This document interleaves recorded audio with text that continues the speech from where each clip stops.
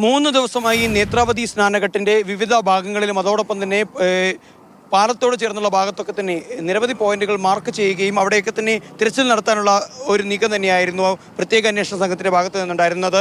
ഇതിൽ 1 മുതൽ 5 വരെയുള്ള ഭാഗങ്ങളിൽ കാര്യമായുള്ള തെളിവുകളൊന്നും ലഭിച്ചില്ല എന്നത് മാത്രമല്ല, അവിടെയൊക്കെ തന്നെ പൂർണ്ണമായ വെള്ളക്കെട്ടുകൊണ്ട് ഈ അന്വേഷണ സംഘത്തിനും തൊഴിലാളികൾക്കും വലിയ ഒരു പ്രയാസമുണ്ടാകുന്ന ഒരു സ്ഥിതിഗതി ഉണ്ടായിരുന്നു. പക്ഷേ ഇന്ന് രാവിലെ നേരെ തിരിച്ച് വലിയ ഒരു മുന്നേറ്റം ഉണ്ടാക്കാൻ സാധിച്ചിരിക്കുന്നു എന്ന് തന്നെയാണ് ഏറ്റവും പ്രധാനപ്പെട്ട ഒരു കാര്യം. കാരണം സാക്ഷി നൽകിയ ആ ഒരു മൊഴിക്ക് അദ്ദേഹം നടത്തിയ നാടിനെ മുഴുവൻ നടുക്കിയ ആ ഒരു വെളിപ്പെടുത്തലിന് കൃത്യമായ ഒരു ആധാരം ഉണ്ടായിരിക്കുന്നു എന്നത് തന്നെയാണ്. കാരണം 2 അടി മണ്ണ് മാത്രം മാറ്റിയപ്പോൾ 6ാമത്തെ പോയിന്റിൽ നിന്ന് അന്വേഷണ സംഘത്തിന് കണ്ടെടുക്കാനായത് ഒരു മനുഷ്യൻ്റെ ഭാഗികമായ ഒരു അസ്ഥികൂടമാണ്.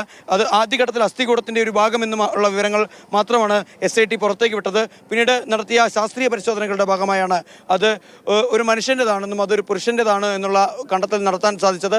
ഫോറൻസിക് സംഘവും ആന്ത്രപ്പോളജി ഗവേഷകരും മുഴുവൻ സമയവും SIT സംഘത്തെ സഹായിക്കാനായി അവരോടൊപ്പം തന്നെയുണ്ട് എന്നത് ഏറ്റവും നിർണായകമായ ഒരു കാര്യമാണ്.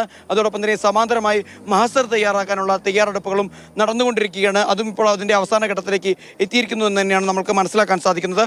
ധർമ്മസ്ഥല, ബെൽത്തങ്ങാടി, ഉപ്പിലങ്ങാടി, അതുപോലെ ചിക്മംഗ്ലൂരു, മംഗളൂരു പോലീസ് സ്റ്റേഷൻ പരിധികളിൽ നിന്നുള്ള ധർമ്മസ്ഥലയിലും പരിസര പ്രദേശങ്ങളിലും എത്തി കാണാതായ ആളുകളുടെ പട്ടിക ഇപ്പോൾ SIT തയ്യാറാക്കിയിട്ടുണ്ട്.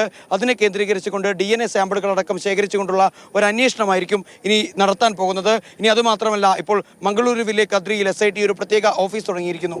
ഈ ഒരു പ്രദേശത്ത് വെച്ച് കാണാതായ ആളുകളുണ്ടെങ്കിൽ അവരുടെ ബന്ധുക്കൾക്കോ അല്ലെങ്കിൽ സുഹൃത്തുക്കൾക്കോ അവിടെ എത്തി രഹസ്യമായി പോലും വിവരം നൽകാനുള്ള ഒരു സജ്ജീകരണം അവിടെ ഒരുക്കിയിട്ടുണ്ട്. അപ്പോൾ അത്തരത്തിൽ കിട്ടുന്ന വിവരങ്ങളൊക്കെ തന്നെ ശേഖരിച്ചുകൊണ്ടായിരിക്കും ഇവിടെ ഇനി മുന്നോട്ടേക്കുള്ള അന്വേഷണം വരിക. ഷാജു ചന്തപ്പുരയ്ക്കൊപ്പം സാരംഗ് സുരേഷ്, മാതൃഭൂമി ന്യൂസ്, ധർമ്മസ്ഥല.